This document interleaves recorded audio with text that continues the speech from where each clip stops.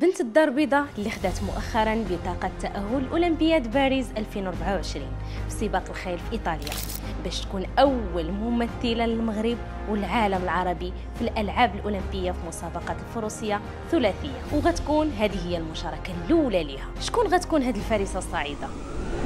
سميتها نور سلاوي، تزادت بمدينة الدار البيضاء عام 1995 ومن صغرها كانت حماقة على شي حاجة سميتها الفروسية، حيت كانت كتمشي مع الوالد ديالها للقرى اللي كاينه في الاطلس. فاش كانت صغيره سجلت نور في نادي الفروسيه بدار بوعزه وتماك تعلمت اساسيات الفروسيه، ومن شدات البكالوريا عام 2013 التحقت بكليه غاردنواغ العسكريه فرنسا لاحتراف رياضه الفروسيه، وما وقفتش هنا، كملات عام في الكليه وتخرجت وشدات الطريق لبريطانيا باش تسجل في جامعه وورويك، وتخرجت منها عام 2017 بشهاده الاجازه في العلوم السياسيه. وهي في بريطانيا اكتشفت نور جانب اخر من الفروسيه وهو اداره مسابقات هذه الرياضه واعداد الخيول ديالها، وفتحت شركه متخصصه في هذه الرياضه اللي اليوم فيها اكثر من 17 حصان. فخورين بزاف بنور وكنتمناو ليها التوفيق.